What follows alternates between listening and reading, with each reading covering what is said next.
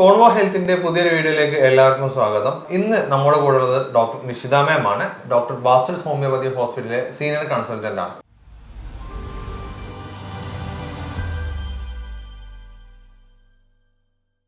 ഒരുപാട് ആളുകൾ നമ്മളെ കേരളത്തിൽ ഇന്ന് കുട്ടികളില്ലാത്ത പ്രശ്നം അനുഭവിക്കുന്നവരുണ്ട്. അതായത് IVF ട്രീറ്റ്മെന്റ് അടക്കം എടുത്തിട്ടും കുട്ടികളാവാത്ത പ്രശ്നങ്ങളുള്ള ആളുകൾ. ഇപ്പൊ കഴിഞ്ഞ ദിവസം ഇവിടുത്തെ ഡോക്ടർ OPയിൽ പേഷ്യന്റ് വന്നിട്ടുണ്ടായിരുന്നു. അവരെ ഹസ്ബൻഡ് ആൻഡ് വൈഫാണ് വന്നിട്ടുണ്ടായിരുന്നത്. അവര് വന്നിട്ടുണ്ടെന്ന് വെച്ചാല് 51 വയസ്സായിട്ടുണ്ട് ആ ലേഡിക്ക് തന്നെ. അതായത് ഏകദേശം പ്രഗ്നൻസി പീരീഡ് ഒക്കെ കഴിഞ്ഞിട്ട് ഇതുവരെ കുട്ടികളായിട്ടില്ല. അവർക്ക് IVF ചെയ്ത് 3 തവണ IVF ചെയ്തിട്ടുണ്ടായിരുന്നു. പക്ഷെ എങ്കിൽ പോലും അത് പ്രോപ്പർ ആയിട്ടുള്ള ഒരു എൻഡിലേക്ക് എത്തിയിട്ടില്ല, അല്ലെങ്കിൽ റിസൾട്ടിലേക്ക് എത്തിയിട്ടില്ലായിരുന്നു. അപ്പോൾ അതിന് അവർക്ക് കുറേ പ്രശ്നങ്ങളായിരുന്നു, പ്രത്യേകിച്ച് ഫൈബ്രോയിഡിന്റെ ഇഷ്യൂസ് ഒക്കെ ഉണ്ടായിരുന്നു. അപ്പോൾ അങ്ങനെയുള്ള ആളുകൾക്ക് ഫൈബ്രോയിഡിന്റെ പ്രശ്നം നമ്മൾ ക്യൂർ ചെയ്തിട്ടുണ്ടായിരുന്നു. അതായത് 21 സെന്റിമീറ്ററുള്ള ഒരു ഫൈബ്രോയിഡ് നല്ല രൂപത്തിൽ തന്നെ മൂന്നാമത്തെ വിസിറ്റ് ആകുമ്പോഴേക്കും നമുക്ക് നല്ല ചേഞ്ചസ് വന്നിട്ടുണ്ടായിരുന്നു. ഏതായാലും അവരുടെ ആ ഒരു ടെസ്റ്റിമോണിയൽ വീഡിയോ ഒന്ന് നിങ്ങൾക്ക് കാണാം. ഞാൻ യൂട്രൽ ഫൈബ്രോയിഡിന്റെ ചികിത്സക്കായിട്ടാണ് വന്നത് ബാസിൽസ് ഹോമിയോ ഹോസ്പിറ്റലിൽ. ഫൈബ്രോയിഡ് 25 അങ്ങനെ ഏതാണ്ട് ഇപ്പോ 16 ആയിട്ടുണ്ട്. IVF ചെയ്യാൻ വേണ്ടിയിട്ട് എൻഡോമെട്രിയൽ തിക്നെസ് കൂടാൻ വേണ്ടിയിട്ട് ഒരുപാട് മരുന്ന് കഴിച്ചു. പക്ഷെ കൂടുതലൊന്നും ആയില്ല. ഇപ്പൊ IVF ചെയ്യാൻ വേണ്ട അത്രയും ആയിട്ടുണ്ട്. അത് ഹോമിയോ ഈ മരുന്ന് കഴിച്ചുകൊണ്ടാണ്. എല്ലാ മരുന്നും കഴിച്ചു, എന്നിട്ടൊന്നും ശരിയായില്ല. 1 വർഷത്തോളം ഈ എൻഡോമെട്രിയൽ തിക്നെസ് കൂടാൻ വേണ്ടി മരുന്ന് കഴിച്ച്, പക്ഷെ തീരെ കൂടിയില്ല. ഇപ്പൊ ബാസിൽസ് ഹോമിയോയിൽ നിഷിത ഡോക്ടറെ കാണിച്ച് 3 മാസം മരുന്ന് കഴിച്ചപ്പോ തന്നെ ശരിയായി. ചികിത്സയുടെ നല്ല ഫലങ്ങളുണ്ട്. ഒരുപാട് നന്ദിയുണ്ട്. അപ്പോൾ നിങ്ങൾ ഇവിടെ കണ്ടിട്ടുണ്ടായിരുന്നത് 51 വയസ്സായിട്ടുള്ള ഒരു ലേഡീന്റെ ഒരു അഭിപ്രായങ്ങളായിരുന്നു. അതായത് ഇതുവരെ അവർ പ്രഗ്നന്റ് ആയിട്ടില്ല, കുട്ടികളില്ല, അവർക്ക് IVF 3 തവണ ചെയ്തു, ഏകദേശം 25ഓളം ഇഞ്ചക്ഷൻസ് അതിൽ അവർ വെച്ചു എന്നുള്ളതാണ് അവർ പറഞ്ഞിട്ടുണ്ടായിരുന്നത്. ഹസ്ബൻഡിനാണെങ്കിൽ ബാക്ക് ഇഞ്ചുറി വന്നതിന് ശേഷം അവർക്ക് നോർമലി കോണ്ടാക്ട് ചെയ്യാൻ പറ്റുന്നുണ്ടായിരുന്നില്ല. അപ്പൊ അങ്ങനത്തെ ബുദ്ധിമുട്ടുകൾ ഉണ്ടായിരുന്നു. ഇനി സ്ത്രീക്കാണെങ്കിൽ എൻഡോമെട്രിയൽ തിക്നെസ് ഒരിക്കലും ഒരു 6ന്റെ മുകളിലേക്ക് വന്നിട്ടേ ഉണ്ടായിരുന്നില്ല. ഇത്ര അധികം ട്രീറ്റ്മെന്റ് എടുത്തിട്ടും നമ്മളടുത്ത് ഏകദേശം ഒരു 3 മന്ത്സിന്റെ ഉള്ളിലാണ് അവര് വ്യത്യാസം കാണിച്ചു തുടങ്ങിയത്. നമ്മൾ ഇനി ഇതിൽ ഡീറ്റെയിൽ ആയിട്ട് ഡിസ്കസ് ചെയ്യാൻ പോകുന്നത് ഈ ഫൈബ്രോയിഡിന്റെ ഇഷ്യൂസ് ആണ്. പല ആളുകളും PCOD ഉണ്ട്, ഫൈബ്രോയിഡ് ഉണ്ട് എന്ന് പറഞ്ഞിട്ട് എനിക്ക് PCOD ഉണ്ട്, ഫൈബ്രോയിഡ് ഒരു ഭയങ്കര ലാഘവത്തോടെയാണ് പലപ്പോഴും കാണാറുള്ളത്. ഇതൊക്കെ എങ്ങനെയാണ് നമ്മളെ കുട്ടികൾ ഇല്ലാതാവുന്ന ഒരു റീസൺ? ഫൈബ്രോയിഡിന്റെ കേസിൽ എന്താ വെച്ചാൽ ഫൈബ്രോയിഡ് ആസ് എ ഇൻഫെർട്ടിലിറ്റിയിൽ നമ്മുടെ അത് ഫൈബ്രോയിഡ് ഏത് ഭാഗത്താണോ ഇരിക്കുന്നത് അതിനെ ഡിപ്പെൻഡ് ആണ് പറയാറുള്ളത്. ചെറിയ സൈസ് ഒക്കെ ആണെങ്കിൽ നമ്മൾ പറയും കുഴപ്പമില്ല, കൺസീവ് ചെയ്യാത്ത ദമ്പതിമാരാണെങ്കിലും അത് കുഴപ്പമില്ല, കൺസീവ് ആയിക്കോളും എന്നുള്ള രീതിയിൽ പറയും. പക്ഷേ വലിയ ഫൈബ്രോയിഡ്സ് ഒക്കെ ആകുമ്പോൾ ഇപ്പോൾ ഈ പേഷ്യൻ്റെ സ്ഥിതിയിലൊക്കെ ആകുമ്പോൾ വലിയ ഫൈബ്രോയിഡ് ആയതുകൊണ്ട് തന്നെ യൂട്രസ് റിമൂവ് ചെയ്യേണ്ട ഒരു കണ്ടീഷനിലൊക്കെ ആയിരുന്നു. അപ്പോൾ പക്ഷേ ഇതുവരെ അവർ കൺസീവ് ചെയ്യാത്ത കപ്പിൾസും കൂടി ആയതുകൊണ്ട് തന്നെ അവരെന്താ വെച്ചാൽ അതിനൊരു വില്ലിങ് അല്ലാത്തത് കൊണ്ട് തന്നെ കുറേ IVF ട്രീറ്റ്മെൻറ്റുകൾ കഴിഞ്ഞിട്ടാണ് നമ്മളെടുത്ത് വന്നിട്ടുണ്ടായിരുന്നത്. ഈ ഫൈബ്രോയിഡുകൾ ഞാൻ പറഞ്ഞല്ലോ ആദ്യം large size, medium size, small size എന്നുള്ള 3ആയിട്ടാണ് കാറ്റഗറൈസ് ചെയ്തിട്ടുള്ളത്. ഇവർക്ക് അതൊരു വലിയ സൈസായിരുന്നു. പക്ഷെ അതിൻ്റെ കൂടെ എൻഡോമെട്രിയൽ തിക്നെസ് കൂടാത്തത് കാരണം അവർക്ക് IVF എപ്പോഴും ഫെയിലിയർ ആയിരുന്നു. അപ്പോൾ അവർ റീസെൻ്റ്ലി കാണിച്ചിരുന്ന IVF സെൻ്ററിൽ അവരോട് പറഞ്ഞു അത്ര ഈ തിക്നെസ് കൂടിയത് കൊണ്ട് നമുക്ക് ഇനിയൊരു പോസിബിലിറ്റി ഉണ്ട് എന്ന്. അതെ അതെ. അപ്പോൾ അതായത് ഇത്രയും അവർക്ക് ഭയങ്കര വലിയൊരു ഹോപ്പ് തന്നെയാണ്. ഹസ്ബൻഡിനെ സംബന്ധിച്ച് വെച്ചാൽ അയാൾക്ക് ഒരു ബാക്ക് ഇഞ്ചുറി ഉള്ളത് തന്നെ നോർമലി റെക്ടൈൽ ഡിസ്ഫങ്ഷനും ഉള്ളതും കൂടി ആയതുകൊണ്ട് തന്നെ അവർക്ക് നോർമലി കോണ്ടാക്ട് ചെയ്യാനും പോസിബിൾ അല്ലായിരുന്നു. അപ്പോൾ ഈ പിന്നെ ഇവർക്ക് മെയിൻ ആയിട്ടുള്ള ഒരു ഇഷ്യൂ എന്ന് പറയുന്നത് ഫൈബ്രോയിഡിന്റെ ഇഷ്യൂ ആയിരുന്നു. എന്താണ് ഈ ഫൈബ്രോയിഡിന്റെ ഇഷ്യൂസ് വരുന്നത്, എങ്ങനെയാണ്? ഫൈബ്രോയിഡ് നമ്മുടെ ഹോർമോൺസിന്റെ ഇംബാലൻസ് മൂലമാണ് പൊതുവെ കാണാറുള്ളത്. എന്നാൽ ഇതിന്റെ വ്യക്തമായിട്ടുള്ള ഒരു റീസൺ ഇതുവരെ കണ്ടെത്തിയിട്ടില്ല.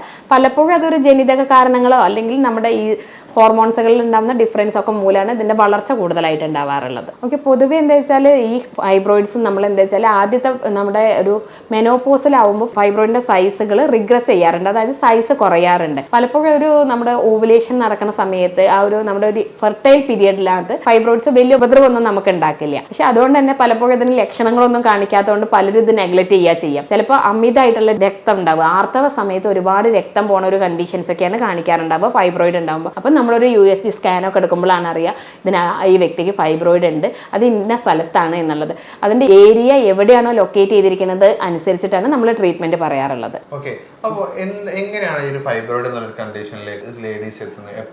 പൊതുവെ അത് ഏത് സമയങ്ങളിലും വരാം. പൊതുവെ എന്ന് പറഞ്ഞു കഴിഞ്ഞാൽ ഒരു 30+ ഒക്കെ ആകുമ്പോഴാണ് നമ്മൾ ഡയഗ്നോസ് ചെയ്യുക. നേരത്തെ ചെറിയ സ്മോൾ ഫൈബ്രോയിഡ്സ് ഒക്കെ ഉണ്ടെങ്കിൽ പോലും വലിയ ലക്ഷണങ്ങളൊന്നും കാണിക്കാത്തതുകൊണ്ട് അതങ്ങനെ നമ്മൾ കൊണ്ട് നടക്കുകയാണ് പൊതുവേ ഉണ്ടാവുക. നമുക്ക് വേറെ എന്തെങ്കിലും ആർത്തവം കൂടുതലായിട്ട് അമിത രക്തമൊക്കെ ഉണ്ടാവുക, അല്ലെങ്കിൽ എന്തെങ്കിലും അബ്ഡോമിനൽ പെയിൻ മാതിരിയൊക്കെ ഫീൽ ചെയ്യുക, അങ്ങനെയൊക്കെ ഉണ്ടാകുമ്പോൾ നമ്മളൊരു USGക്ക് അഡ്വൈസ് അനലൈസ് ചെയ്യുമ്പോഴാണ് പേഷ്യൻസ് കണ്ടെത്തുക. അല്ലെങ്കിൽ മറ്റു വല്ല അസുഖങ്ങൾക്കും വേണ്ടിയിട്ട് വെറുതെ ഒരു സ്കാൻ എടുക്കുമ്പോഴാണ് ചിലപ്പോൾ സ്മാൾ ഫൈബ്രോയിഡ്സ് ഒക്കെ ഉള്ളതായിട്ട് കാണാറുള്ളത്. അപ്പോൾ നമ്മൾ മുമ്പേ സംസാരിച്ചു ഇവിടെ വന്ന് കേസ് ഉണ്ടായിരുന്നത് 21 സെന്റിമീറ്റർ, അത് 21 സെന്റിമീറ്റർ ആയിരുന്നു അതിന്റെ ഫൈബ്രോയിഡിന്റെ നീളം ഉണ്ടായിരുന്നത്.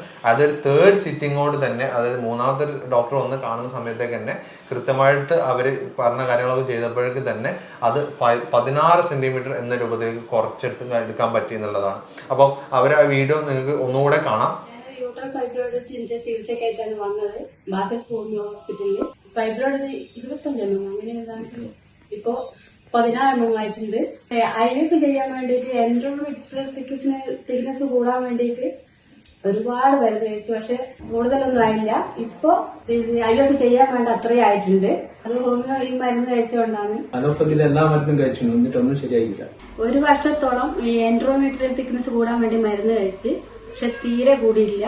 ഇപ്പൊ ബാസിൽ ഹോമിയോയിൽ നിശ്ചിത ഡോക്ടറെ കാണിച്ച് 3 മാസം മരുന്ന് കഴിച്ചപ്പോ തന്നെ ശരിയായി. ചികിത്സയുടെ നല്ല ഫലങ്ങളുണ്ട്. ഒരുപാട് നന്ദിയുണ്ട്. അപ്പോൾ ഇതുപോലെ ഫൈബ്രോയിഡ് നിങ്ങൾക്ക് ഉണ്ടെങ്കിൽ അതിന്റെ എങ്ങനെയാണെങ്കിലും അതിന്റെ സംശയങ്ങളോ കാര്യങ്ങളോ ഒക്കെ ഉണ്ടെങ്കിൽ താഴെ കാണുന്ന നമ്പറിൽ കോൺടാക്ട് ചെയ്യാവുന്നതാണ്. മാം കൃത്യമായിട്ട് അതിന്റെ കാര്യങ്ങളൊക്കെ നിങ്ങൾക്ക് എക്സ്പ്ലെയിൻ ചെയ്ത് തരുന്നതുമാണ്. അപ്പോൾ ഈ ഒരു നമ്മളിപ്പോൾ ഫൈബ്രോയിഡിന്റെ ഇഷ്യൂ പറഞ്ഞു. അപ്പോൾ എങ്ങനെയാണ് ഈ ഇപ്പോൾ ഹോർമോണൽ ഇംബാലൻസ് എന്ന് പറഞ്ഞത്, അതിപ്പോൾ നമുക്ക് എങ്ങനെയാണ് അത് കൺട്രോൾ ചെയ്യാൻ പറ്റുക? അല്ലെ ഇത് എല്ലാവർക്കും ഉള്ളൊരു കാര്യമാണ്? എങ്ങനെയാണ്? അല്ല, നമ്മൾ എന്താ വെച്ചാൽ എല്ലാ വ്യക്തികൾക്കൊന്നും ഉണ്ടാവില്ല. നമ്മുടെ ലൈഫ് സ്റ്റൈൽ ഇതിനൊരു പ്രധാന ഘടകമാണ്. കാരണം നമ്മൾ ലൈഫ് സ്റ്റൈലിൽ അനുസരിച്ച് നമ്മൾ മോഡിഫിക്കേഷൻസ് വരുത്തുക, നമ്മളെ ഭക്ഷണക്രമങ്ങൾ ഇതൊക്കെ പ്രത്യേകം മോണിറ്റർ ചെയ്യുക. പിന്നെ നമ്മൾ ഇടയ്ക്ക് ഇത്തരത്തിൽ നമുക്ക് ആർത്തവമായിട്ടുള്ള എന്തെങ്കിലും ഇഷ്യൂസ് ഒക്കെ വരികയാണെങ്കിൽ നമ്മൾ കൃത്യമായിട്ട് ചെക്കപ്പുകളും ചെയ്യുക എന്നുള്ളത് ഒരു പ്രധാനമാണ് കേട്ടോ. ഓക്കെ, അപ്പോൾ നമുക്ക് ഇതിന് എന്താണ് നമുക്കൊരു ട്രീറ്റ്മെന്റ് ആയിട്ട് അവർക്ക് ചെയ്യാൻ പറ്റുക? നമ്മളെടുത്ത് വന്ന പേഷ്യൻ്റെ അടുത്ത് നമ്മൾ ആദ്യം എന്താ വെച്ചാൽ അവരുടെ കേസ് നമ്മൾ ഡീറ്റെയിൽ ആയിട്ട് എടുത്തിട്ട് അതിന് വേണ്ട അഡ്വൈസസ്, അതായത് അവരുടെ ഫിസിക്കൽ എക്സസൈസുകൾ, അതുപോലെ തന്നെ ഡയറ്ററി മാനേജ്മെൻറ്റ്, വെയിറ്റ് ഒക്കെ ഒന്ന് റെഡ്യൂസ് ചെയ്യാനും അതുപോലെ കൃത്യമായിട്ട് ടെൻഷൻസ് ഒക്കെ കുറയ്ക്കാൻ വേണ്ടിയിട്ടുള്ള കാര്യങ്ങളൊക്കെ നമ്മൾ അഡ്വൈസ് ചെയ്തു. അതേപോലെ തന്നെ നമ്മൾ മെഡിക്കേഷൻസും കൂടിയൊക്കെ കൂടെ കൊടുക്കും.